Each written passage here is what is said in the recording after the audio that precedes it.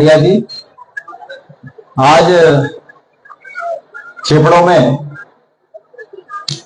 शहीद भवानी दत्त जोशी शौर्य मेले के इस कार्यक्रम में इस मेला समिति के सम्मानित सभी पदाधिकारीगण, जिसमें कि हमारे अनुज वीरू जोशी जी अध्यक्ष और उनके साथ उनकी समस्त कार्यकारिणी, यहाँ पर मंचासीन सम्मानित हमारे अनुज, और बद्रीनाथ विधानसभा में जब चुनाव हो रहा था तो नारे लग रहे थे कि आग का गोला लखपत बुटोला, और इस बात को उन्होंने विधानसभा के अंदर पहुंचकर चरितार्थ किया, जिसका प्रमाण अभी आप सब लोगों के सामने मंच पर उन्होंने दिखाया। तो हमारे बहुत ही ऊर्जावान साथी बद्रीनाथ के विधायक श्री लखपत बुटोला जी, मंचासीन मुकेश नेगी जी, हमारे कांग्रेस कमेटी के सम्मानित अध्यक्ष, इस क्षेत्र के विकास पुरुष।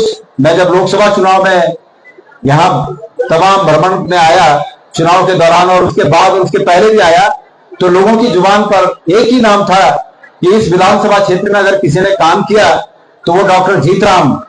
तो ऐसे हमारे माननीय पूर्व विधायक डॉक्टर जीतराम जी, सम्मानित प्रवीण पुरोहित जी और श्री ललित पासवान जी, विनोद रावत जी, सम्मानित महावीर विश्व जी, नगर पंचायत की सम्मानित अध्यक्षा बहन सुनीता रावत जी, श्री गोपाल सिंह गड़िया जी, श्री अपल गुसाई जी और हेमंत चंदुला जी, हमारे बहुत ही पुराने साथी। और मैं तो उनको यहाँ इस मंच पर देखकर बड़ा जोशी जी बड़ा अचरज में पड़ा, श्री दिनेश चमोली जी, और साथ में हमारे छोटे भाई श्री उनियाल जी, सुनील उनियाल जी। मैं सच में उनको यहाँ देखकर मैंने कहा इतने दूर आप लोग, हमारा तो चलो ये है कि भाई हमें आप 3 दिन से आए तो बड़ी अच्छी बात है। श्री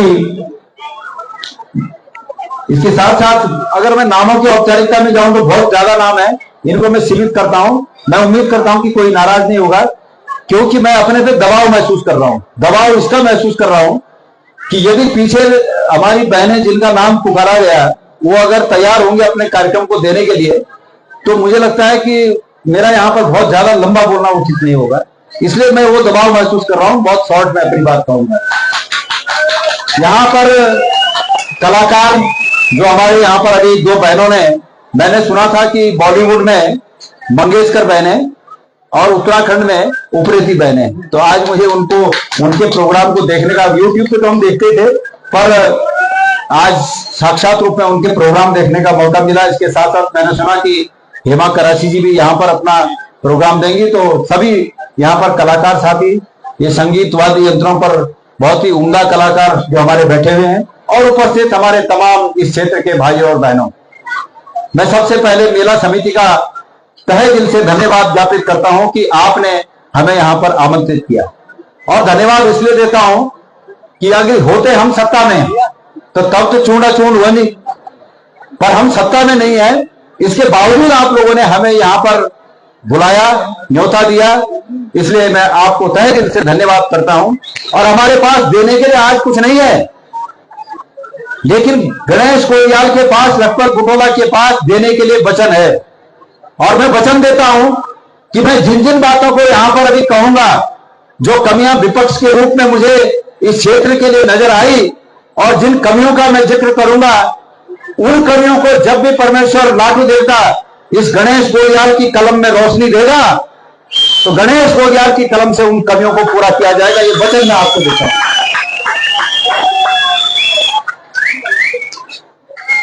सबसे पहली बात, मैं नमन करना चाहता हूं उस शहीद आत्मा को जिन्होंने इस देश की एकता और अखंडता के लिए अपने प्राणों का सर्वोच्च बलिदान दिया।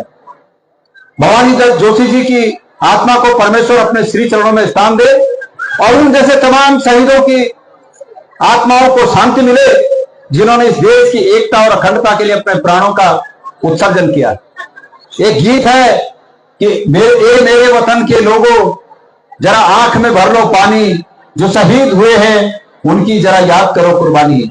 संवेदनशीलता से अगर इस गीत को सुना जाए तो प्रधानमंत्री नेहरू जी की आंखों में आंसू आ गए थे इस गीत को सुनने के बाद। और ये देश जानता है कि समय समय पर जब भी इस राष्ट्र को अपनी एकता और अखंडता के लिए कुर्बानियों की आवश्यकता पड़ी, तो हमारे वीर सैनिकों के साथ साथ इस देश के 2 प्रधानमंत्रियों ने भी अपने प्राणों का उत्सर्जन किया, इस देश की एकता और अखंडता के लिए अपने प्राणों की आहुति दी। हम उन तमाम शहीदों के बलिदानों को नतमस्तक होकर नमन करते हैं। इस मंच से मैं नतमस्तक होकर हम समस्त लोग उनके बलिदान को नमन करते हैं, प्रणाम करते हैं। उनके साथ साथ हमारे तमाम पूर्व सैनिक भाई, ये पूरी घाटी जो है सैनिक भाइयों की घाटी है। सवार जैसा गांव इस इलाके में है जहां कोई ऐसा परिवार नहीं कि जिस परिवार से एक व्यक्ति कम से कम हर एक परिवार से, पहले तो 2-2, 3-3 नहीं तो एक व्यक्ति प्रत्येक परिवार से फौज में है। इस इलाके को मैं तहे दिल से चाहता हूं। मैंने सुना, और जब मैं पिछले बार आया था तब भी ये बात पता चली कि सवार के लोग और इस पूरे इलाके के लोग सवार में एक विद्यालय के लिए बहुत आंदोलित हैं। और मैंने उस समय भी ये कहा था कि अगर गणेश पोद्दार आप लोगों के आशीर्वाद से लोकसभा में जाएगा तो आप लोगों की इस मांग को पूरा किया जाएगा। लेकिन मैं नहीं जा पाया, लेकिन विपक्ष में होने के नाते मेरी आवाज जरूर अनिल बलूनी तक जाती होगी। और इस मंच के माध्यम से, क्योंकि सोशल मीडिया का जमाना है, मुझे सोशल मीडिया पर दिखाया जा रहा है, इस मंच के माध्यम से मैं हमारे सांसद अनिल बलूनी जी को ये संदेश पहुंचाना चाहता हूं कि आपके नेताओं ने समय समय पर वहां पर केंद्रीय विद्यालय खोलने के लिए कई बार घोषणाएं की हैं। इसलिए आपका यह फर्ज बनता है कि सांसद बनने के बाद आप अपने नेताओं की गई घोषणा को पूरा करें और वहां पर केंद्रीय विद्यालय की स्थापना करें। मेरे प्यारे साथियों, ये पूरा इलाका, ये पिंडर की घाटी संभावनाओं से भरी घाटी है। मैं एक बार जब वाण गया, और मैं वाण की घटना से पहले बताना चाहता हूं कि मैं जब पहली बार इस इलाके में आया तो मैंने अपने अतीत को इस इलाके में खंगाला, और अतीत को मैंने इस इलाके में इस रूप में खंगाला, चमोली जी, कि मेरे ननिहाल के लोग चमोली हैं और वो यहीं से गए हुए हैं। मेरा ननिहाल पौड़ी गढ़वाल जिले के डाजली पट्टी के मैठाना गांव में है और लोग चमोली हैं। वो लोग यहीं से गए, और जब यहां से गए तो अपने साथ अपने संभावित रक्षा के लिए भगवान लाटू के यहां से एक पत्थर ले गए, लाटू ढूंग ले गए, और वहां पर उन्होंने लाटू का मंदिर स्थापित किया अपने कुल देवता के रूप में। तो मैंने पहली बार जब यहां आया तो मैंने कहा आप लोगों से मेरा रिश्ता है, और आज उस बात को मैं पुनः कहना चाहता हूं कि आप लोगों से मेरा वो रिश्ता है कि आप भी लाटू भगवान पर भरोसा करके उनको अपना कुल देवता मानते, और मैं भी लाटू भगवान को मेरे ननिहाल से जब मैं छोटा था तब से जाकर वहां पर शीश नवाता हूं। वो रिश्ता हमारा है। और मैं भगवान लाटू की सौगंध खाकर कहता हूं कि मैंने जब इस घाटी में आकर तमाम असीम संभावनाओं को देखा, बेदमी बुग्याल, आली बुग्याल, मैंने उस दिन कहा था राणा जी यहां पर मौजूद हैं, हम राणा जी के साथ जब वहां गए और जब पता चला कि यहां पर बेदमी बुग्याल अगर खुल जाए तो हमारे हजारों भाइयों को यहां पर स्थानीय स्तर पर रोजगार प्राप्त हो सकता है। गाड़ी वाले की गाड़ियां चल सकती है, टैक्सी चल सकती है, होटल चल सकते हैं, छोटे छोटे टेंट लगाने वालों के रोजगार कर सकते हैं। मैंने उस दिन सरकार से मांग की कि सरकार को इन चीजों पर ध्यान देना चाहिए। अगर सुप्रीम कोर्ट में भी कोई बात है तो सरकार इस बात के लिए होती है कि सुप्रीम कोर्ट में उन बातों को उठाया जाए और जनता के हित में न्याय वहां से लाया जाए। मैंने कहा कि मेरा वादा है कि जिस दिन गणेश पोद्दार की कलम में वो रोशनी आएगी, परमेश्वर भगवान लाटू देवता की कृपा से बेदमी बुग्याल के रास्ता खोला जाएगा, यहाँ के तमाम संभावनाओं को यहाँ की युवाओं के रोजगार के लिए खोला जाएगा। मैं ऐसी उम्मीद करता हूं। मैं सोशल मीडिया के माध्यम से, चूंकि निश्चित रूप में मेरी बात माननीय मुख्यमंत्री तक जाएगी, मैंने सुना है कि 2023 में खबर मेरे साथी दिखा रहे थे कि उस समय मुख्यमंत्री जी ने, धामी जी ने इस मेले के लिए ये कहा कि ये राजकीय मेला होगा, और शायद वो मेला अभी तक राजकीय नहीं हुआ। इस मंच से मैं उम्मीद करता हूं कि माननीय मुख्यमंत्री जी तक आवाज जाए और उन शहीदों के सम्मान के लिए मुख्यमंत्री जी उत्तराखंड के खजाने को खोलकर इस मेले को राजकीय मेले का दर्जा दे, ताकि भविष्य में ये मेला हमेशा राजकीय दर्जा के साथ ही मेला हो सके। मैं अपनी बात को यहीं पर लिमिटेड करते हुए, मैं इस समय जो ऑपरेशन सिंदूर में हमारे फौजी भाई बड़े बढ़ चढ़कर, बड़ी बहादुरी के साथ उन्होंने हिस्सा लिया, और अभी मैं नीचे था तो बुटोला जी ने कहा कि मैं ऊपर आना चाहता हूं, एक बात हमसे रह गई है और हमें ऑपरेशन सिंदूर के लिए बड़े फक्र होकर इस बात का जलसा मनाना चाहिए कि हमारी भारत की सेनाओं ने पाकिस्तान के सिर पर चढ़कर उसकी औकात उसे बताई और ऐसे फौजी भाइयों को हम सब सल्यूट करते हैं, उन्हें प्रणाम करते हैं। ये जज्बा है हमारी फौज का, ये जरूर है। आज ही नहीं, अतीत से लेकर अब तक हमारी फौज ने ये इतिहास में दर्ज किया है। ये देश के दो टुकड़े का कर अलग अलग देश बनाने का अगर जज्बा है तो हमारी फौजों में है। हम उन्हें सलाम करते हैं, उन्हें सल्यूट करते हैं। बहुत अधिक न कहते हुए, क्योंकि मैं पहले कह रहा था कि मैं दबाव महसूस कर रहा हूं कि उनको अपने कार्यक्रम देने हैं और 12 बजे बोल ना आप भूले दीजिए दूर दूर गाँव बढ़ गया है वाला ये थोड़ा बेटे यहाँ से घर भी जाना। तो मैं अपने शब्दों को यहाँ पर विराम देता हूँ। आप लोगों ने मुझे यहाँ पर बुलाया। मैं पहले तो सोच रहा था कि भाई कोई रोजगार तो है नहीं, हम बेरोजगार आदमी हैं, पर फिर भी अपनी पेंशन में से 2-4 हजार रुपया मैं जरूर यहाँ के लिए कंट्रीब्यूट करूं। पर जब मैंने इतने बड़े लोगों को यहाँ देखा तो अपनी शर्म लगी, आपने तो शर्म लगनी चाह कि जब इतनी बड़े लोग अच्छे तो भाई 2-4 हजार बात करते तुम आपकी भी शर्म में बात होगा।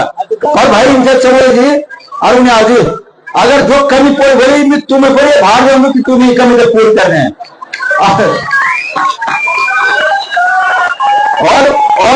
और बड़ी इनसा कि तुम्हें खुली बात ऐसा कि जय दिन गणेश बोल रहे कल में ताकत है जारी वो देखो जय मामा श्री कृष्ण को क्या अंकल।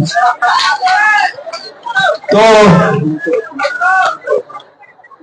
बोल तो बहुत कुछ उम्मीद है याद करवाना चाहिए हमारा साथी लोग, लेकिन बोलो समय नहीं चला। कई दिन बगत पर बोले यहाँ अगर जरा को बोलो होगा तो कई दिन बगत पर बोले तो मीमो बोलो खुली पीछा हाँ रात भी जाते हो को बगत होगा मैं बोलो खुली गला समझ ना जाए बोलो खुली पीछे कि रात खुलो, लेकिन समय सही नहीं चाहिए किले कि हमारा कलाकार तैयार थे पिछले बटे। भगवान सभी तो राज्य खुशी रखो। राजनीति एक चीज बोल चाहूँ बता लोग बोल राजनीति अच्छी चीज नहीं, राजनीति अच्छी चीज है बचता हर काम अच्छा अगर वो तो ईमानदारी से करा वो तो जवाबदारी से करा कि मेरी जवाबदारी चाहिए तो ईमानदारी से कर तो हर चीज हर काम अच्छा काम तो हम वो अपना काम करें। जो चीजें लिखे पत्र लोग फेसबुक पर उठे जाना चाहिए कि गोजा आगे तुम आसादी चाहें तुम दूसरी पार्टी में चल जा, पर मैं बुरे बुरे दिन गणेश बोल आवे मैं पलगुड़ा में दूसरी पार्टी में चल जाला वो दिन तुम्हारे बाप का उठाना अगर सब एक तरफा चल जा तुम्हारी आवाज का उठाना अगर इन लोग पलगुड़ा में नहीं चल जाना तो विधानसभा में जो भाई प्रकरण उठाया कि भाई पहाड़ी उठे गाड़ी क्यों नहीं गया अगर इन्होंने नहीं चल जाए तो कर पहुंचो। और विपक्ष से ताकत है होना कि जब लगभग बुटोला विधानसभा में वो बात उठाया और भैर हमने उठाया तो वही बात सरकार के मंत्री तक भीतर वापिस भेजने पड़े कि भाई वापिस जा तू ये विपक्ष से ताकत। तो विपक्ष से एक वास्ता बहुत आवश्यक है।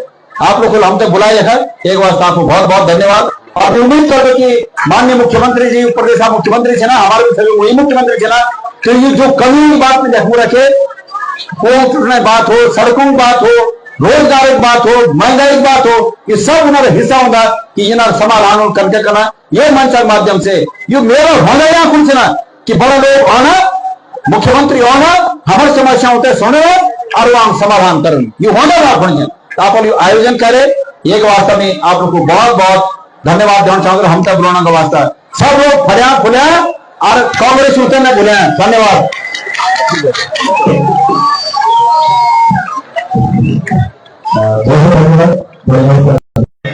आपने बहुत ही आत्मीयता